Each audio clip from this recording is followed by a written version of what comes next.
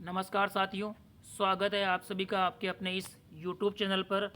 आज दिनांक 25 नवंबर 2020 की महत्वपूर्ण खबरों के साथ साथियों, आज की अपडेट्स के बारे में जानने के लिए वीडियो को पूरा देखिए और यदि आप हमारे इस चैनल पर नए हैं तो चैनल को सब्सक्राइब कीजिए। साथ ही साथ बेल आइकन प्रेस करना ना भूलें दोस्तों, ताकि डेली आने वाली जो भी अपडेट्स हैं आपको मिलती रहें। साथियों, सबसे पहले जो महत्वपूर्ण अपडेट हैं सरकारी कर्मचारियों के लिए हैं कि मंत्रालयिक कर्मचारियों के जो प्रदेश अध्यक्ष हैं मनीष जी विधानी, उन्होंने चुनाव आयोग को पत्र लिखा है और इसमें डिमांड की है कि कोरोना महामारी में सरकारी कर्मचारियों की सुरक्षा के लिए कोई पुख्ता इंतजाम नहीं है। जैसा कि आप सबको पता है कि पिछले चुनाव में जो निगम चुनाव हुए थे उनमें कोरोना की जो गाइडलाइंस हैं उसको ध्वस्त कर दिया गया था, किसी भी प्रकार की गाइडलाइन का पालना नहीं की गई थी। तो इसके चलते मनीष जी दानी ने चुनाव आयोग को पत्र लिखा है कि पुख्ता इंतजाम किए जाए ताकि जो कर्मचारी चुनाव आयोग की इस पहल में योगदान कर रहे हैं उनकी सुरक्षा के लिए ध्यान रखा जाए। इसके बाद में अगली जो महत्वपूर्ण खबर है वो है राजस्थान उच्च न्यायालय ने 6 दिसंबर को आयोजित की जाने वाली चालक भर्ती परीक्षा के लिए जो 6 दिसंबर को आयोजित की जानी थी रद्द कर दी है, क्योंकि कई जगह नाइट कर्फ्यू लगा हुआ है और पूरे राज्य में धारा 144 लागू कर रखी है। इसके चलते उच्च न्यायालय ने यह फैसला लिया है कि 6 दिसंबर को जो परीक्षा आयोजित होनी थी उसको रद्द कर दिया गया है। इसके लिए अलग से डेट जारी की जाएगी।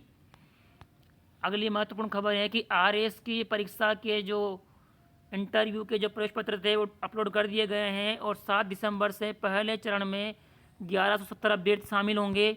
अगले चरण की डेट अलग से दी जाएगी और उनके लिए अलग से प्रवेश पत्र अपलोड किए जाएंगे। अगली महत्वपूर्ण खबर है कि राजस्थान में 1 लाख पुलिस वालों के लिए राहत की खबर। आवश्यक होने पर ज़्यादा अवकाश भी मिलेगा।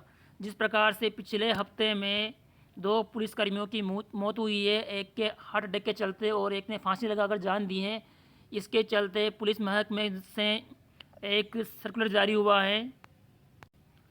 उसके माध्यम से यहाँ पर पुलिसकर्मियों के लिए एक राहत की खबर है कि यदि पुलिसकर्मी को किसी आवश्यक कार्य है तो छुट्टियाँ लेनी है तो उसे अधिक छुट्टियों का प्रावधान मिलेगा। जिस प्रकार से यहाँ पर समस्या हुई थी, इस समस्या के चलते 2 कर्मचारियों की मौत हो चुकी है। तो इस बात को ध्यान में रखते हुए मुख्यालय से ये खबर जारी की गई है। अगली महत्वपूर्ण खबर है कि प्रदेश में एनटीटी कोर्स बंद, बाहर से पढ़ाई करने वालों पर भर्ती में संकट। जिस प्रकार से कई सारे अभ्यर्थी बाहर से डिप्लोमा या डिग्री हासिल करके राजस्थान की भर्तियों में शामिल होते हैं, तो एनटीटी कोर्स बंद करने के चलते इस प्रकार की जो विपदा हैं वो दूर हो जाएगी। कई सारे अभ्यर्थी जो बाहर से किसी प्रकार का डिग्री या डिप्लोमा हासिल करके राजस्थान की विभिन्न भर्तियों में शामिल होते हैं, तो उनके लिए लगाम लगाने का ये महत्वपूर्ण कदम था। लेकिन इसके चलते कई सारे बेरोजगारों को संकट पैदा हो गया है कि जो अभ्यर्थी बाहर से किसी प्रकार की डिग्री या डिप्लोमा हासिल करते हैं वो किसी प्रकार की भर्ती में शामिल नहीं हो पाएंगे। इसके चलते बेरोजगारों को ठेस पहुंची है। लेकिन देखा जाए तो कई सारे अभ्यर्थी जो फर्जी दस्तावेज लेकर भर्तियों में शामिल होते हैं उनके ऊपर लगाम लगाने का सबसे महत्वपूर्ण उद्देश्य है।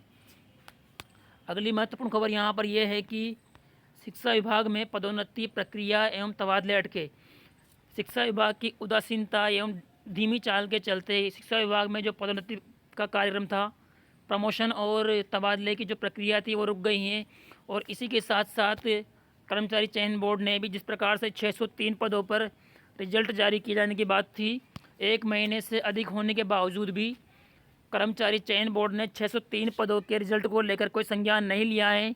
इस संबंध में मुख्यमंत्री साहब ने स्पष्ट ऑर्डर दिए थे कि जल्द ही इस प्रक्रिया को खत्म किया जाएगा, लेकिन किसी प्रकार का संज्ञान नहीं लेने के कारण अभी तक कई सारे अभ्यर्थी इस बात को लेकर चिंतित हैं कि हमारा परिणाम कब तक जारी होगा और परिणाम जारी होने के साथ साथ हमारा नंबर आएगा या नहीं आएगा। तो इस समस्या के चलते कई सारे अभ्यर्थी परेशान हैं। इसके अतिरिक्त अगली खबर है कि पहली से 12वीं तक के 1.5 करोड़ अभ्यर्थी इस बार बिना परीक्षा प्रमोट नहीं होंगे। सभी अभ्यर्थियों को देनी होगी परीक्षा। जिस प्रकार इस वर्ष कोविड के चलते कई सारे अभ्यर्थियों को प्रमोट किया गया है, नेक्स्ट ईयर चाहे कोविड की समस्या हो चाहे कुछ भी हो, समस्या के चलते हुए भी आपको परीक्षा देकर ही आगे बढ़ना होगा। इसके बाद में अगली महत्वपूर्ण खबर है कि जो कर्मचारी रिटायरमेंट के बाद पेंशन को लेकर समस्या के लिए चक्कर काटते हैं उन्हें चक्कर नहीं काटना पड़ेगा और इस प्रकार से केवल 3 घंटे में ही पीपीओ कार्ड जारी किया जाएगा।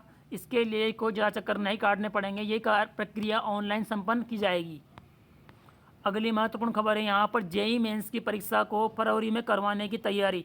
जिस प्रकार से अभी तक पूर्व परीक्षा की जो काउंसलिंग है वो चल रही है, उसके चलते अभी तक जेईई मेंस के किसी प्रकार के फॉर्म फिलअप नहीं किए गए हैं। इसके चलते जो परीक्षा जनवरी 2021 में प्रस्तावित थी वो परीक्षा फरवरी में आयोजित की जाने की संभावना है। यहाँ पर इस संबंध में जानकारी प्रोवाइड की गई है। इस प्रकार डेली की जो भी अपडेट्स हैं वो प्राप्त करने के लिए हमारे साथ बने रहे दोस्तों। धन्यवाद।